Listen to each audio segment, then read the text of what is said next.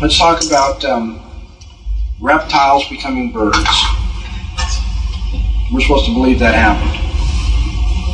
You know, somehow the reptile or some form of reptile began to develop looser skin. And the looser skin lost its scales, developed feathers, and enabled this new life form to fly. Yeah, right. Remember, every change along the way is only preserved in differential reproduction because of its advantage in the environment. Okay?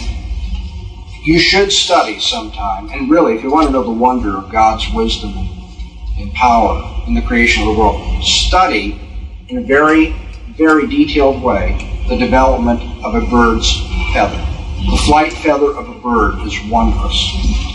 The way in which the various barbs of it, each one of which is so soft, you can't do anything, and yet they are so interlaced that they become impervious, and therefore can support the bird on the air.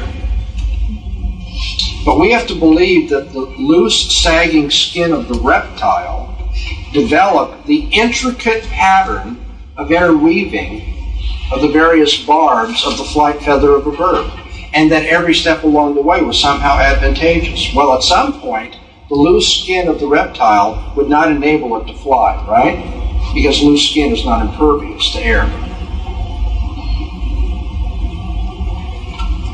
Well then, if the advantage of developing a flight wing is that you can fly, get away from predators and so forth, what advantage was the loose skin of the reptile before it was impervious to air?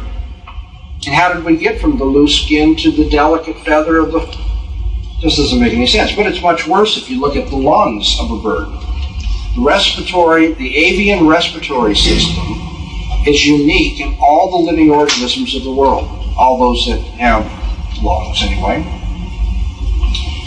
By contrast, think of your own lungs. I'll give you an amateur's account of this. As you know, when you breathe air in, it comes into your lungs.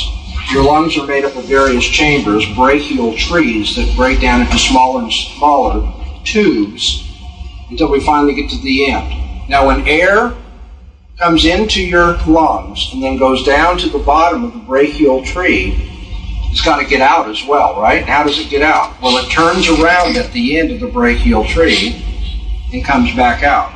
And so, again, this is amateur, but I'm going to call that the two-way lung model. That's because air flows two ways in our lungs, in and then back out through the same channel. Birds are the only creatures we know that have a one-way respiratory system. They do not have air come into their lungs, make a U-turn and come back out. They have air, it's a complicated sort of thing, but they have air that comes in, filters through a kind of web, and then goes out. Now, we're supposed to believe on the evolutionary hypothesis that we have a slow, gradual development of what? Two-way lung into one-way lungs over a long, long period of time. Well, the only problem with that is that you've got to eventually put an end to the two-way and have the one-way lung system functional. Now, how long can most creatures last without air? What do we know? 3-4 minutes, I think, is the upper limit for any creature. Well, I guess maybe it would be longer if you think about whales, but as we know, birds don't last very long if you keep them breathing 4 minutes. Just let's be generous and say it's 5. That means we have got to have a changeover from the two-way system of the reptile's lung to the one-way system of the avian lung in a 5-minute period. So you don't have that, the creature that we're talking about dies.